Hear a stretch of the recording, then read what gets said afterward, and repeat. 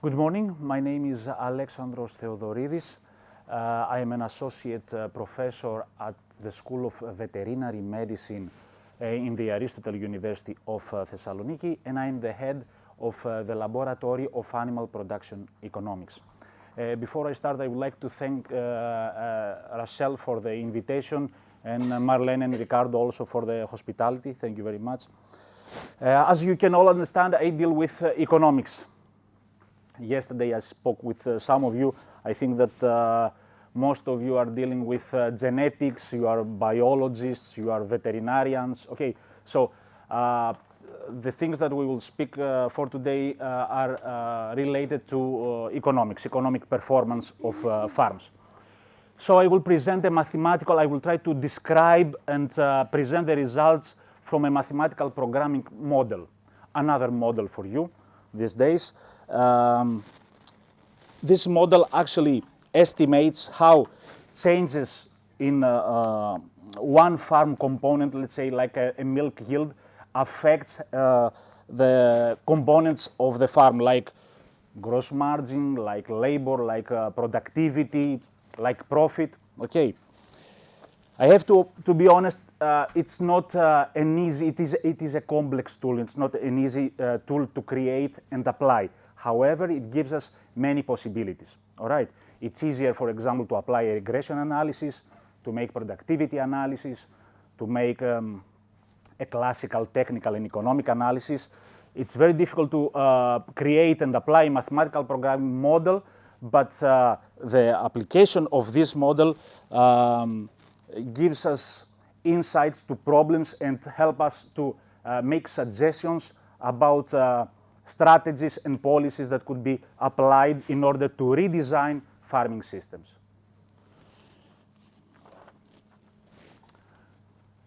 This work that I will present is part of the work that has been done in task 7.1 in Smarter. The title of the task is Agroecological Impacts of Breeding at Farm Level. Aristotle University of Thessaloniki is leading this task, and also IDEL and INRA from France are involved in this work. Frisarta, which is a breeding cooperative from Greece, is also involved, and they provide us some data for the application of the model. CNR from Italy is also involved, and also Abacus Bio from UK, which is the coordinator of the whole work package along with INRA. What we had to prepare in this task, we had to write the code for the model, which would incorporate farm performance under infectious and non-infectious diseases. This was the milestone of this task, has been already done, and I will present it today. And now we have to write down a paper on economic, labor, and environmental trade-offs for breeding for new, resilient, and efficient traits. Okay, we have completed our analysis, and now it's time to write it down. Probably during Easter holidays, so no holidays for me again. All right? So, first of all, let's see the background that provide us the incentive, the motivation in order to create this model and do this work. You know that livestock sectors in general, and this stands also for small ruminant sector, faces a transition towards more intensive systems. Okay, farms are becoming larger and larger. They invest heavily in machinery, in buildings, in high productive animal capital. They resort to skilled labor, to hired skilled labor. All right, so they're becoming more and more intensive because they want to produce more milk and more meat. However, these farms operate in an, challenging and volatile and competitive economic environment. And this combination actually threatens its multidimensional nature, its multifunctional character, which we believe it's the key characteristic for maintaining their resilience. Okay. Now, this maintenance of resilience is subject of debate when considering genetic trade-offs between traits such as growth, such as fertility, milk yields, with resistance or tolerance to diseases, infectious and non-infectious diseases. So, as you all understood from the previous presentations during these days, the notion, the idea is the development of new resilient and efficient traits that increase resistance to infectious and non-infectious diseases, and this increases also sustainability and resilience of farms, so it makes easier and more efficient the management of the farms, of the sheep and goat systems. Okay, how can we contribute to this debate? All right, and we thought, how can we actually measure the impact of these new efficient and resilient traits on the farm's economic performance? Okay, how can we measure the effect of these traits on of these new traits that make animals more tolerant to diseases to farm sustainability? We thought that a useful tool for estimating this performance was a model, a farm scale model, which was developed in another Horizon 2020 project, that was Ice Age project. The full title is Innovation for Sustainable Sheep and Goat Production in Europe. You can find more details about the project in the website link. More than 34 partners were involved from 7 countries. And in this project, we developed a farm scale model that could simulate different scenarios. Okay, so we thought that we could use this model, modify this model, adapt this model to the needs of Smarter, and make some simulations in order to estimate the impact of these new traits. This way we would capitalize also the findings of another project to a new project, a new Horizon project. As I said, we had to modify and adapt the Ice Age model in order to accommodate the needs of Smarter. We had to develop a farm-scale linear programming model for sheep and goat systems, and use the model in order to simulate challenges related to infectious and non-infectious diseases. So we could estimate the economic performance. This doesn't work. Okay. Estimate the economic performance and the sustainability of the farming systems under these new resilient and efficient traits, and under different scenarios, alternative scenarios. Through this application and these simulations, we could describe also the adjustments that will occur in the farming systems. We will make some comparisons and will indicate the required adjustments for the optimization of the systems. Through these procedures, actually, we will shape some new farm profiles for different environmental, social, and economic challenges. Okay, so you can do whatever you want with this model as long as you have access to data, because the main issue with these models is that require a lot of data. Okay, it's demanding in data.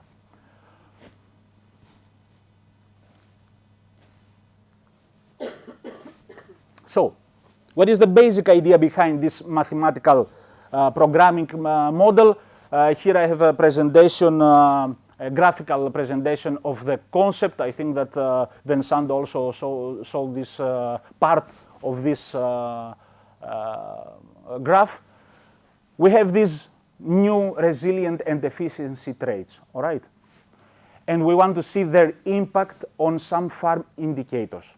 So, in order for me to apply this model, I need someone, some specialist, some expert on genetics and in animal husbandry to give me data and translate these traits into, convert these traits into meaningful farm indicators. Okay, so how does this trait affect, let's say, milk yield? How does this affect the production of lamb meat and the labor use, etc. All right, so we had to see what are the effects of these traits on farm indicators. And then we took these farm indicators, incorporate them using simple linear equations into a model, which model tries to optimize the economic performance of the farms. Okay, and we believe that the outputs, the findings of these applications of the model could be very useful to farmers who will be at the end the users of the model. Of course, they cannot apply it, they need someone expert to do this, but the findings, the outcomes of these applications are really useful. But it's not only useful for the farmers, because we believe that this model is also a useful tool for policymakers, because through the application you can identify problems, you can reveal the benefits of these new traits, okay? And this way you can suggest, you can propose innovative strategies, innovative policies for redesigning small farming systems.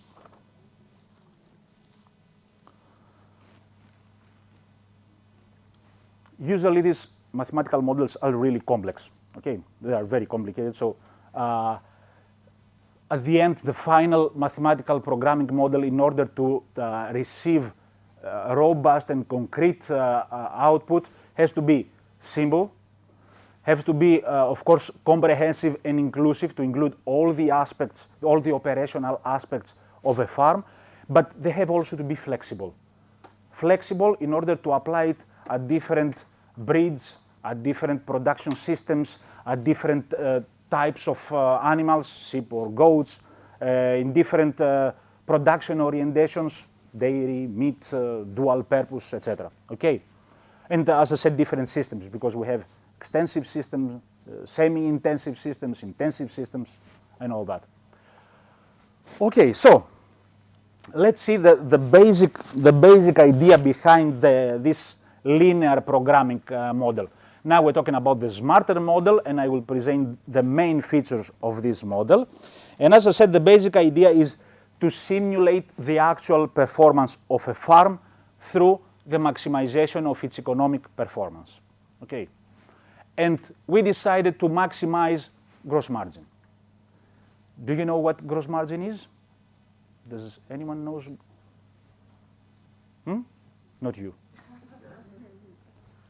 Please. How do we calculate gross margin? Gross margin is the most important economic result in modern agricultural economics, because actually it shows us the sustainability of a farm in the short term. Okay? So, the difference between what you earn and what you spend. Huh? Perfect. So, actually it's the difference between gross revenues, I sell products, all right, I receive money, and then I spend some money. But it's gross revenues minus the variable cost, so not the fixed cost. What the paid out expenses, what money I take from my pocket and I pay someone. Okay, so this is gross margin, and we want to maximize gross margin. The appropriate economic result in order to evaluate, to assess the long-term sustainability of a farm is profit or loss, where you divide not only variable cost, but you subtract not only variable cost, but also fixed cost. Because in the long term, the farmer must have some money, let's say, in the bank in order to replace his machinery, his buildings. Okay. So, within this design, the model allows to examine, to investigate a wide variety of alternative scenarios, which are related to animal traits, to farm indicators, which are connected to animal traits that prevent infectious and non-infectious diseases. Okay. The solution of the model indicates the optimal structure of the farm, and consequently the required adjustments in the farming system in order the farm to fully valorize the existing production technology. So, at the end, we will create two optimal structures, two optimal farms. One where diseases exist, it is the current situation, let's say. And then we have the optimal structure of the future plan, where we have new animals, where they have new traits that prevent or they are tolerant to diseases. Okay, let's say that we have the future condition where no diseases exist. And then we will compare the two farm structures to see if there are any differences in the structural characteristics, but also in the economic results, all right?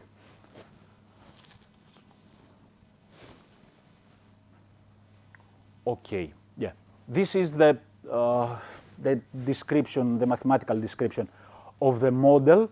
It's not as bad as it seems. Linear programming is a mathematical procedure for optimum resource allocation. So we have some resources and we have to allocate them in an efficient, in an optimum way. Okay. This pointer doesn't work. Does anyone? No? It's because it's a screen, so the layout isn't working. Okay, I'll point. This is Z, okay, zeta. This is the objective function. Is the function that we want to maximize.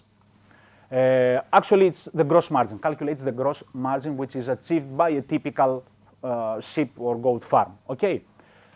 As you can see, Z is calculated by C multiplied by X, and C is the contribution of its activity to the objective function, which calculates the gross margin, and X are the M activities, the activities of a farm.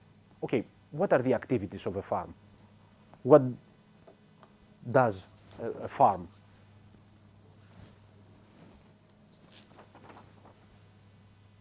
What does a farm? No. Okay, let's speak about the main activities. They produce milk. Okay, they produce milk. What else?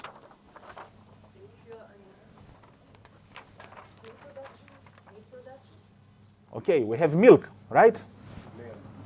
We have meat, but what kind of meat? We have. Let's speak about sheep, for example. All right, lamb meat, because we have the young that are going for slaughter. So we have lamb meat. Can I write here? Okay. Lamb meat. Then we have the meat from the old animals, those who are going to be replaced, the culled animals, culled. So these are the mouton. Okay. All right. Milk sold to dairies, right? What else can I produce?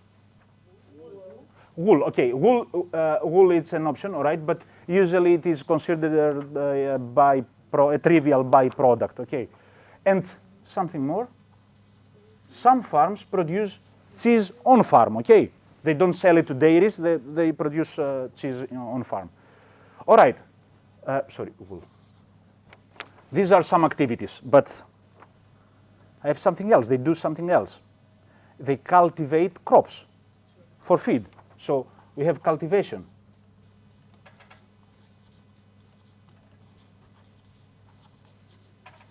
What else do they do? If we have an extensive system, semi-extensive system? Grazing. And finally, they purchase feed, which comes with a cost. Okay? So these are the activities that will be included here. Okay? And these activities come usually with a profit, let's say with a revenue or a cost. All right? So this would be included in the objective function. The last two equations describe the constraints. So we are trying to maximize this objective function subject to some constraints. So alpha here, A, are the requirements per unit of activities where its available resource is alpha, is A capital. Okay? So you will use land to cultivate feedstuff, but you don't have unlimited resources. The resources are limited here. There are some available resources, some available land to cultivate. You can graze your animals, but there is a limit on that. You cannot graze, in 1,000 hectares. There is also, you can resort to human labor, but there is also a limit there. I mean, I'm working and my wife also works in the farm. We're just two people, not more. The solution here produces an optimum combination of activities in terms of output maximization. So the solution will give us the activities that will be part of this farm, let's say, that will maximize the economic result, maximize the gross margin. The solution of the model will also show us the number of sheep of the farm, which maximizes the gross margin, all right?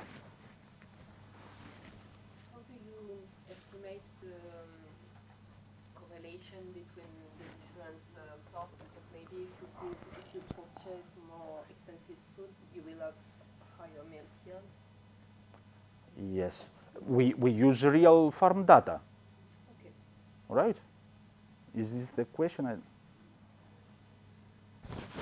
Maybe it will become clearer when I show you also the matrix that we use for the code that we use, all right? Okay, now let's see the farm indicators which are required for this model. We said that the objective function calculates the gross margin, and correctly you said that gross margin is gross revenues minus variable cost. Okay, so in order to calculate gross revenues, which are the value of the products, I need first of all the products. Which are the products? I think we already described them. We have milk, which is in our model linked to milk yield, because as I told you, one of the solutions, the solution provides the number of the sheep at the end. So if I include in the model the milk yield, the production of milk per ewe, multiplied by the number of sheep will give me the total milk production at the end of this farm. Then we have meat, which is linked to either lamb meat and to the meat of the culled animals per ewe, all right, which is also multiplied by the total number of sheep at the end. So we have the meat production. We have the cheese, and we incorporate a variable that accounts for the amount of milk which is required for producing 1 kilo of cheese. I think it's for feta is about 3.5, 4 kilos of milk. And of course, in order to calculate gross revenues, you need the prices for each product, all right? So all prices are included in the model and are linked to the constraints which are expressing the product yields, milk yields, meat yields, etc. We are done with the gross revenues. We need the variable cost. What is it included in the variable cost?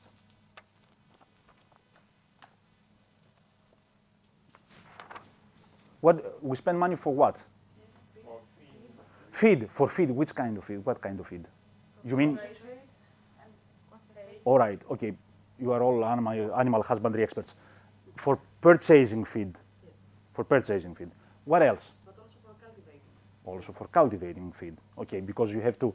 Okay, we spend money for purchasing feed stuff, so we need the prices of the purchased feed stuff. How much does barley, wheat, corn, lucerne cost, all right?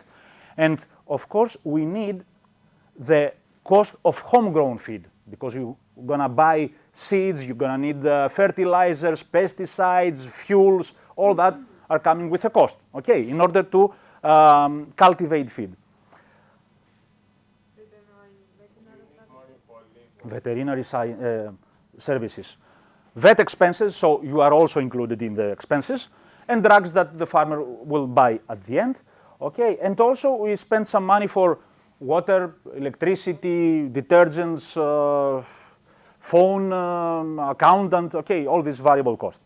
So this multiplied by the prices will give me the gross revenues. I have to include all this in variable cost. The difference of the two will give me the gross margin, which I'm trying to maximize in a specific production plan, all right? Subject to a set of constraints, because I cannot use as many resources as I want, all right? The question is, how I will think about which kind of constraints I will include in the model.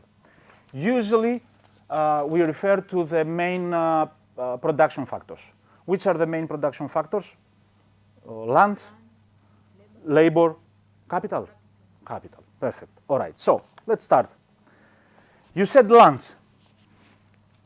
I have a limitation on the use of land. I use land for what?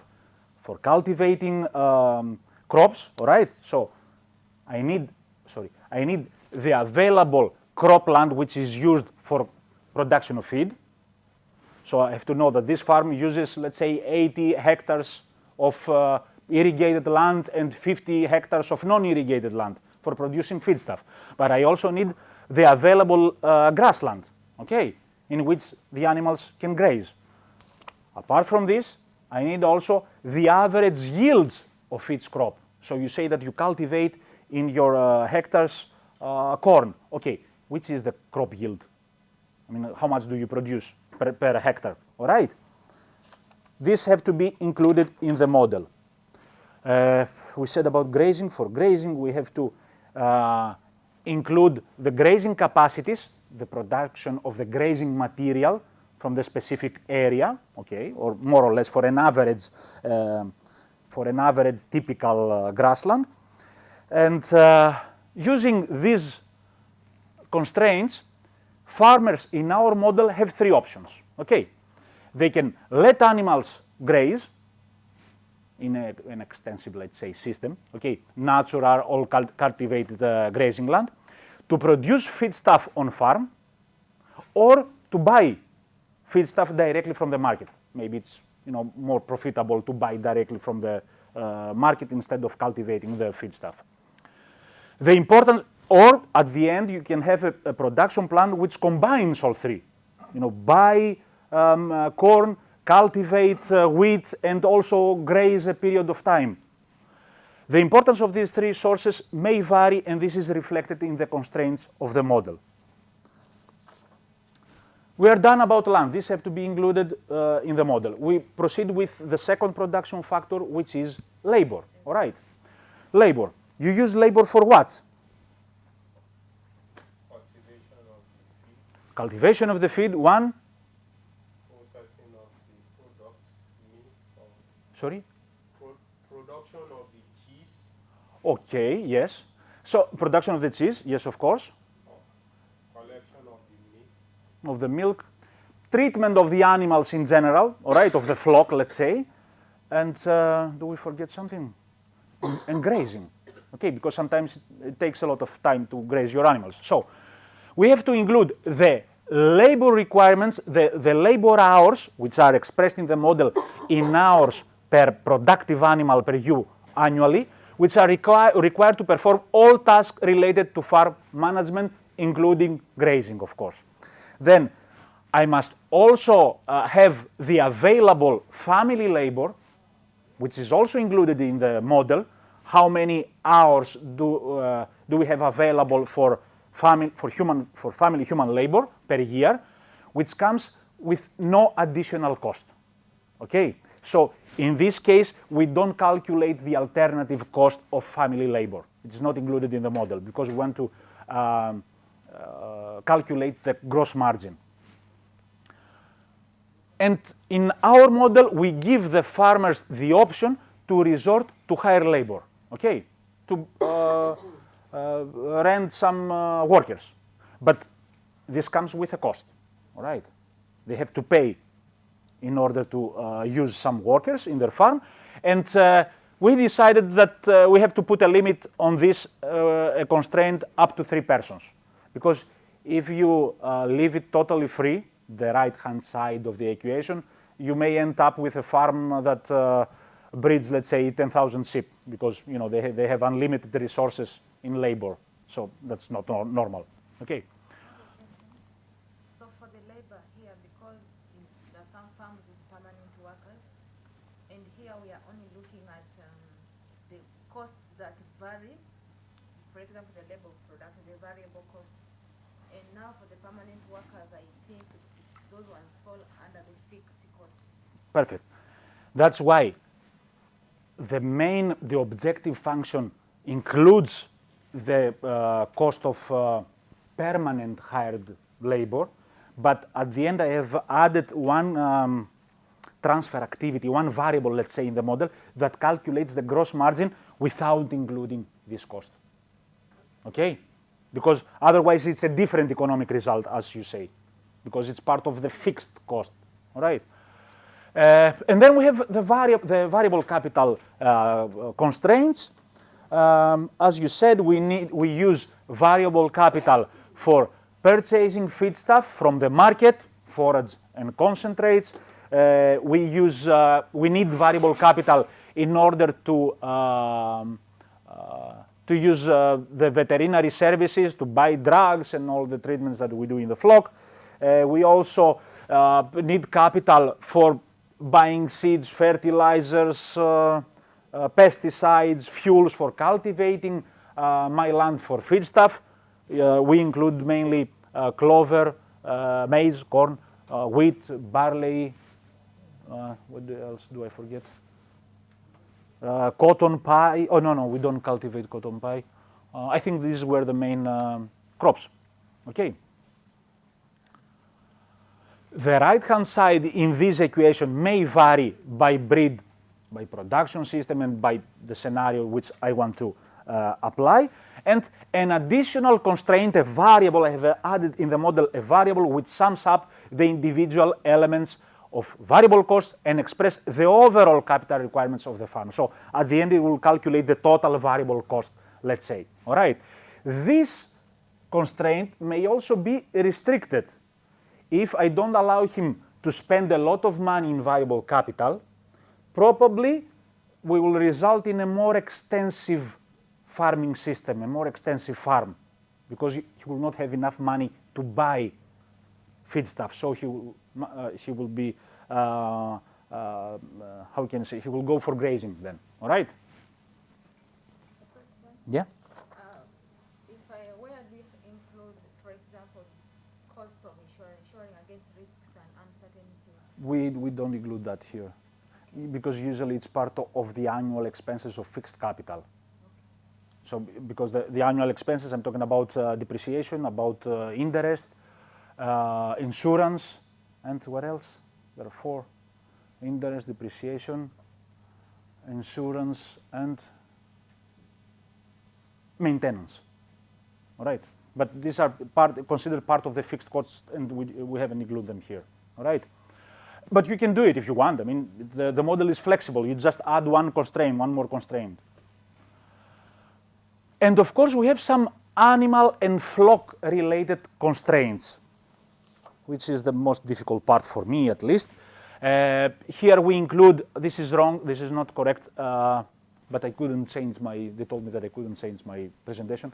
This is annually, all right, energy and protein requirements of animals per ewe, animals that produce they have the specific milk yield, all right? So we have the requirements of these animals included in the model. Of course, we have to also include the nutritional content of the feedstuff and also for the grazing material based on the profile of a typical grassland of average quality. So you say that you cultivate barley and corn, and you also buy cotton and soya, which is the nutritional content of this feed per kilo. I need this stuff for my model. And also we have included some minimum and maximum percentages of certain feeds. If you don't include these limitations, at the end you will end up with a farm that only feeds, let's say, soya, which is, very rich in protein. Huh? Okay. So these percentages, don't ask me how and why.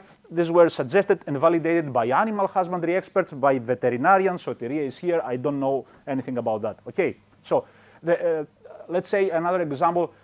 We could let the animal eat, let's say, 80%, 70% forage and 30% concentrate. So we had such restrictions, such limitations, biological restrictions. Okay. All right. Our code, our matrix is in long format, and you can write it in a notepad, in a Word, or in Excel, an spreadsheet Excel. I use the Excel, it's more convenient for me. And for this example, we used technical and economic data, primary data that we collected from the farm, from a farm that rears Chios breed sheep. Okay, it's a local breed in Greece, usually reared under semi-intensive, intensive systems. This one is an intensive system, so he let his animal breed from April to October. Okay. This is how it looks like, but this is only a part of the code of the matrix. Please let me show how the model looks like. So I have to leave from the PowerPoint, and I have to show you. I will show you the model where no diseases are included, so it's more simple. Okay. Not here, this one. Oh, no, sorry.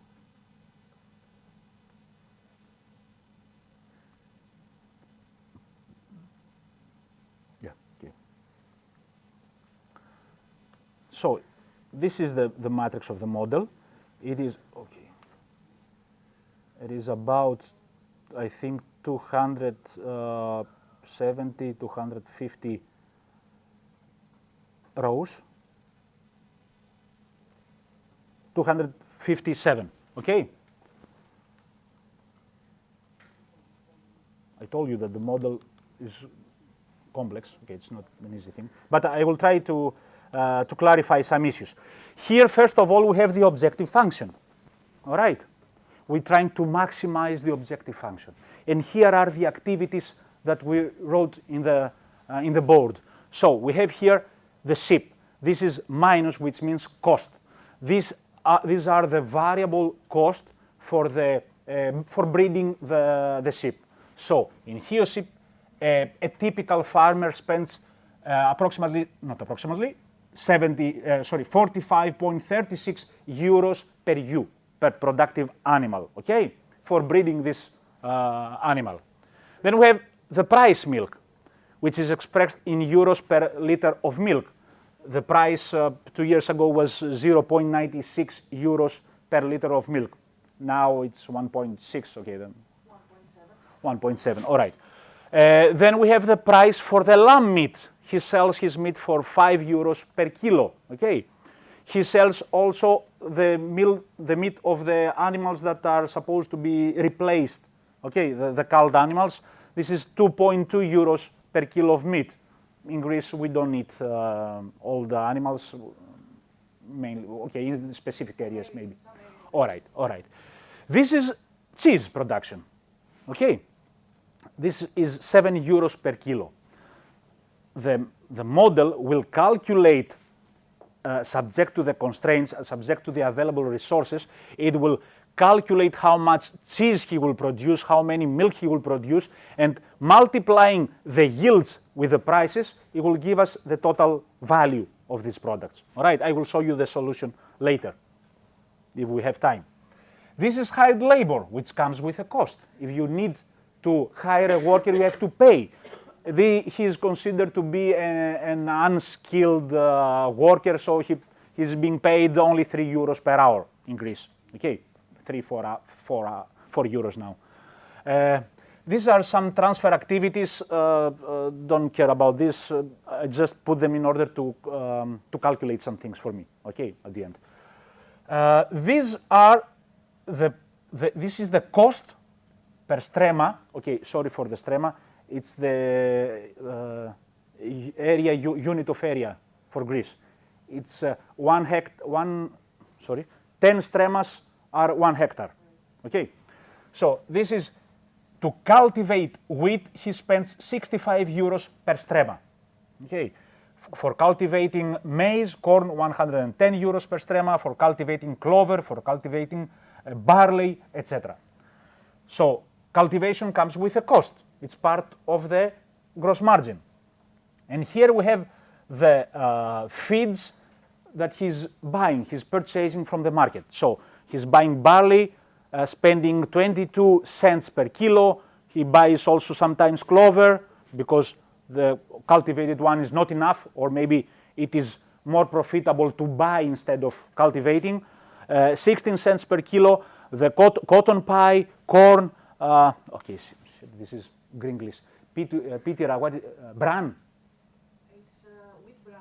Wheat bran. Okay.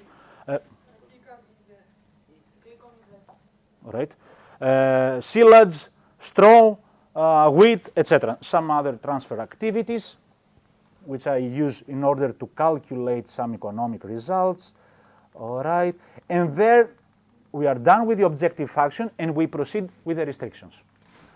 To give you an example, this is the land restrictions, all right, in hectares, in stremas, all right. So this means that this farm has available, this is the capital A that we saw in the mathematical model, in the algebraic form, okay. So there are available 120 stremas, all right, this is the round height side. These are available, and this available area can be, it's irrigated, it's only for irrigated crops, and can be cultivated either by maize and or clover, which are irrigated crops, all right? Then we have 60 hectares of non-irrigated land, which can be cultivated by wheat and or barley, okay? And then we have, the grass, the grazing area, which is 800 stremas, 80 hectares, okay? And then we have, let's say, the restrictions for the purchased feed, the produced feed, sorry, it's not purchased, it's the on-farm produced feed.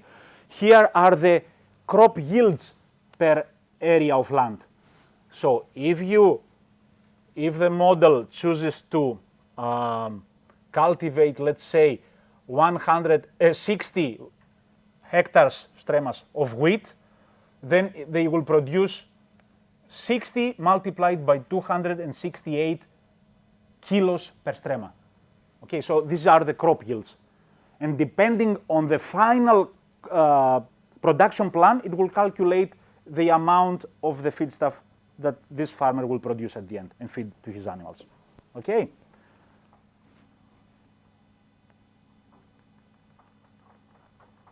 The next restriction is related, to labor requirements. So here we have that a HEOS sheep breeder needs 14.2 hours per ewe annually in order to treat and breed his animal, 0.1 hour per ewe in order to produce cheese, okay? These are 1.3 hours per hectare to cultivate barley, to cultivate wheat, to cultivate maize, to cultivate clover. Here you see he needs 10 hours because it's a more demanding crop. And these are the available, this is the available human labor, family human labor. So this is 4,200 hours per year. This means approximately 2 persons, the farmer and his wife, for example, okay? But he can also resort to hired labor. And here we let him hire up to 3 persons. But this comes with a cost, which was included in the objective function. For every hour he has to pay 3 euros, okay, in order to hire a worker.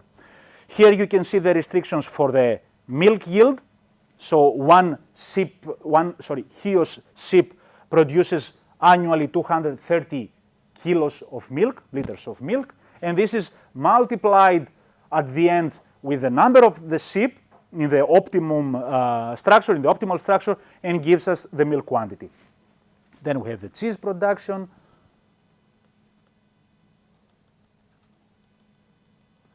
The lamb meat yields, so here we say that one ewe produces 19.5 kilos of lamb.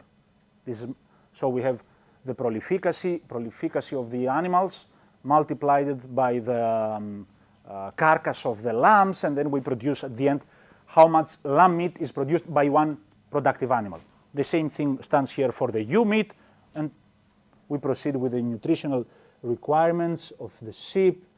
Okay, I will not stay here anymore.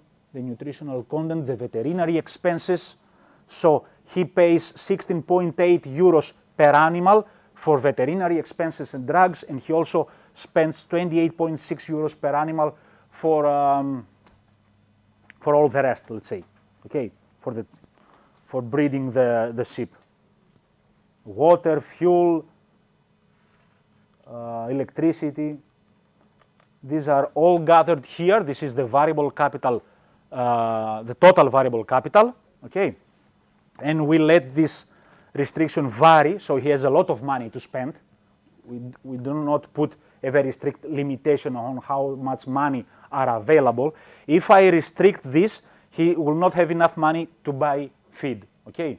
So I will lead him to grazing, to a more extensified system, let's say. And finally, we have the calculation of the gross margin.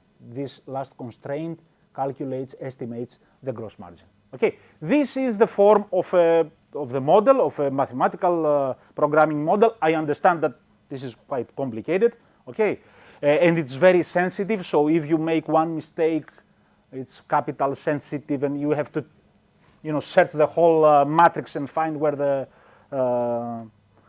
is the problem, and it's not very convenient. Okay, let's proceed. But let's proceed, and I don't know where we were. Okay, which was our objective? Let's return to that. Which was our objective? Our objective was to model farms' performance, economic performance, under infectious and non-infectious diseases. For this reason, some variables that incorporate these diseases have been added in the model you just saw. Okay, which are these variables? We have added some constraints to account for the expected percentage of occurrence of the disease in the flock. Okay, how many, what is the prevalence of a disease in a flock? How many animals are sick, let's say. And then, if you have sick animals, this means that there is an impact on the milk yield. Usually, they will not produce as much as they do when they are healthy. There is an impact on the veterinary expenses because you have to spend money for treatment, for drugs, all right? There is an impact on labor requirements. You have to work more for treating the animals, all right? Spend extra time. And sometimes there is an impact also, not so much on lamb carcass weight, but on ewe carcass weight, because lambs are slaughtered very early, so there's no meaning in that. So, but then we had to decide in our model which diseases to simulate. So we went to the animal husbandry experts, the veterinarians, and we asked them for he or sheep, which diseases are considered very important to simulate. And they told us mastitis is a major issue, and parasites, gastrointestinal nematode gene. I don't know what it is, but it's something really bad, okay? You see that lameness is blurred here. We have included lameness also in our models, but I don't have this example here, so that's why I will leave it outside. So now the smarter model can simulate 3 types of diseases. I will show you the 2 types of diseases, as I said. And the main issue, as I said in my introduction, was actually to, okay, it's not full screen, all right, was to link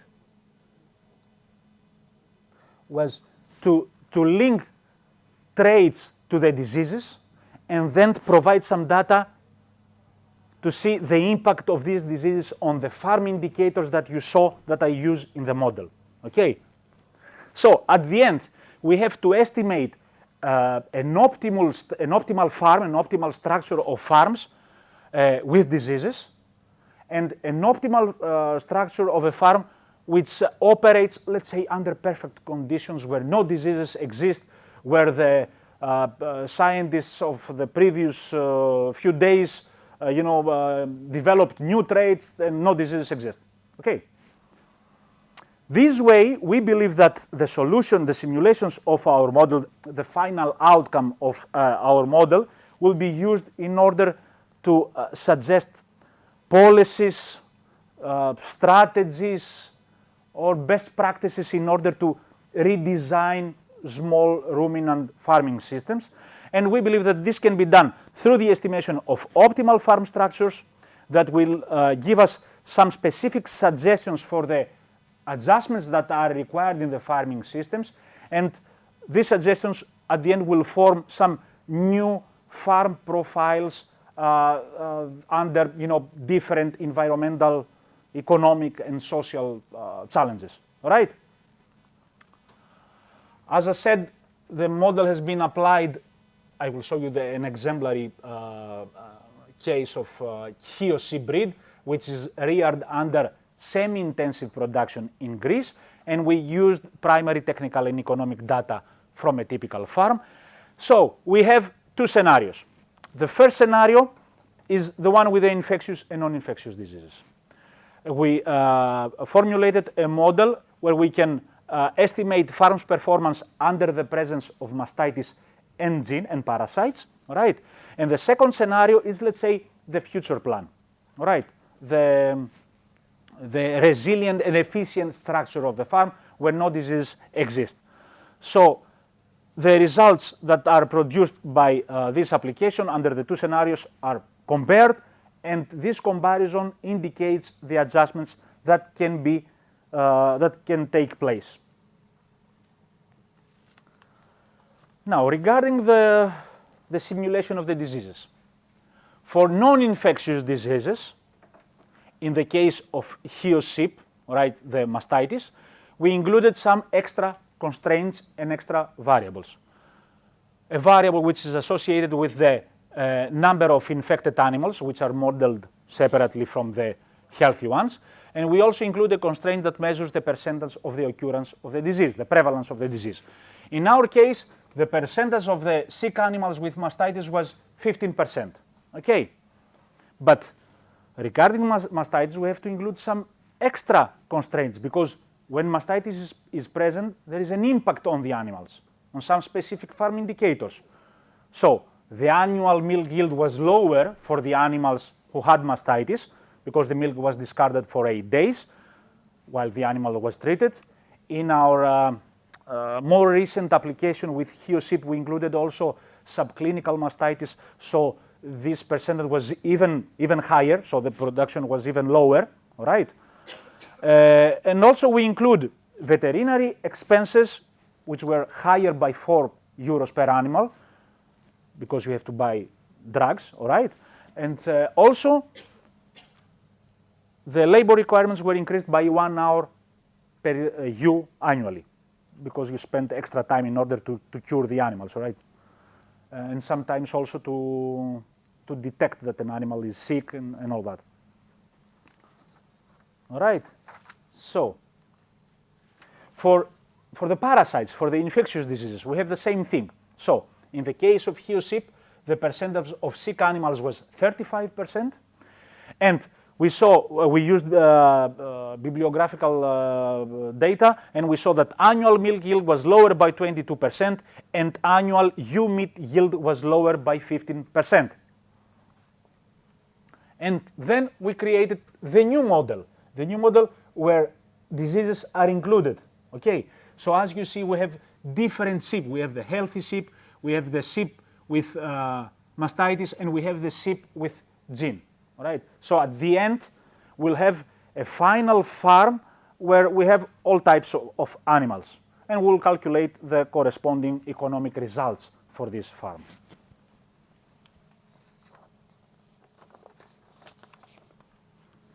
Let me show you, do I have time? All right, I think I have some time. Let me show you now the results of the output of the model application. No, I want the one with the diseases. All right, this was the code that we used for the animals. Healthy animals, mastitis animals, parasite animals, And here you can see the solution, all right? It looks like this. I don't know, is it, maybe, is this the view?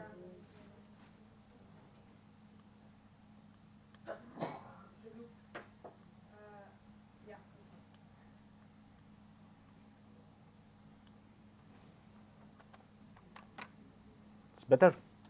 Okay. But because it's quite confusing now, this is the solution with all the activities and the constraints, all right. But I've elaborated on this a little bit. I've calculated some results. Let's go here.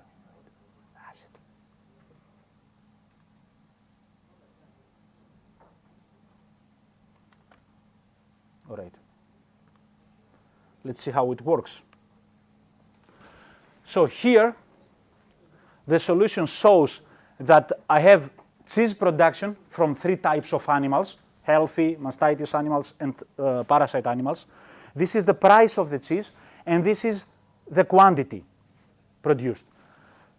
The product of the two, this one multiplied by this, will give you the value of the cheese from all the sheep in the farm. Okay, so first let's see how many sheep are in the farm. Here you can see it calculates the number of the sheep. So these 15% of the animals are with mastitis. How much was the percentage of the animals with parasite? I think it was 35. 35 with parasites. So in total, this farm will rear 643 sheep, okay, which is quite normal for a semi-intensive or intensive farm, okay, with high milk yields because they produce about 230 liters of milk annually. Then we will go back in order to calculate the gross revenue. So this is part of the gross revenue. He produces cheese and he sells it, all right? So the optimal plan suggests that with such high prices for cheese, it's more profitable to produce cheese on farm. We'll see what else he receives for revenues. This is the production of meat, production of mouton and production of lamb meat, multiplied quantities, multiplied by the prices, and this is the value of meat. And this is the value of milk which is delivered to dairy, because some part of the total production is going for cheese and some part of the production is going to the dairies, right? So this is the value of milk which is delivered to dairies. In total, these are the gross revenues, 242,000 euros, okay, for 600 sheep. Variable cost, okay, the variable cost is calculated by, let's see, in this farm plan. He buys cotton pie, multiplied by its price, we calculate the cost.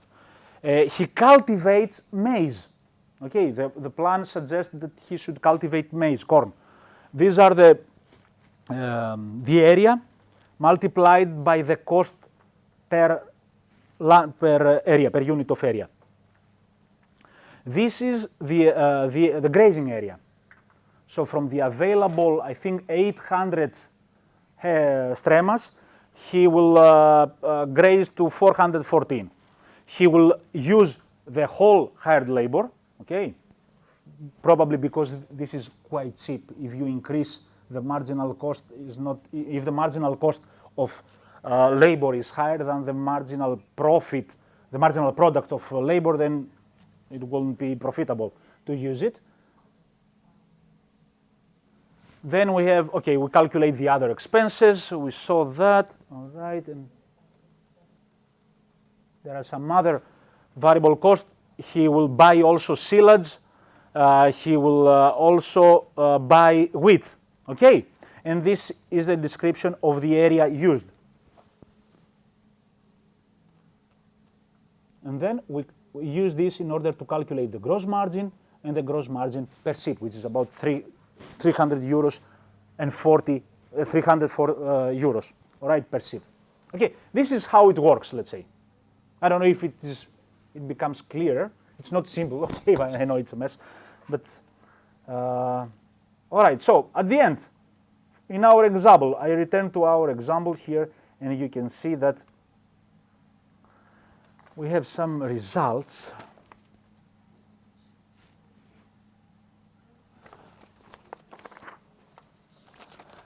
If you compare I note that these are two optimal structures, okay? We don't compare the future optimal plan with no diseases with the current situation, but with the optimal current situation. If you see, we don't have changes in the structure. We're talking about almost the same farm. There are some differences in the products produced, and of course there are some differences in the economic results. We see, okay, different format probably. Okay, this is gross revenues, this refers to this one, where we have an increase by 66.6% increase in gross revenues.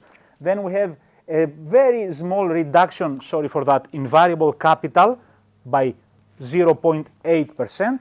And then we have at the end an increase, an important increase in gross margin. This green color should be here. An increase in gross margin by 8.4% in the plan where no diseases exist. Okay. The result is quite interesting, all right, because actually it indicates that the occurrence of the diseases, at least at this percentage, okay, does change the economic results. The future plan, in the future plan, the farmer earns more money. However, not at the level that will impose the farmer to change its management plan. At the end, he continues working with the same animal, cultivating the same area, okay, the same crops, etc. So it seems that the development of resilient animals is not that groundbreaking, okay, for the farmer at the end. So I don't know, probably you discussed different things the previous day, but it seems that for the farmer he doesn't really care. Okay, of course he will earn more money, but I think that a colleague yesterday spoke about a plastic sheep, which is very resilient. Yeah, probably we have also a plastic farmer. He doesn't care. I mean, he will continue feeding the same number of animals, cultivating the same area of land, etc. So, but of course, the increase in gross margin is significant, all right? It's 80.5%, but this does not seem to affect the managerial decisions of the farmer. Okay, this is what we discussed right now. All right, this work has been also presented in the Agricultural Economic Society conference last year in Catholic University of Leuven in Belgium. Question for you. What do you think is the biggest problem with this model? The whole model, huh? Having data. You need a lot of data, and think that this was applied for one breed. If you need another breed, you have to adapt the whole model with and use different data again. What else?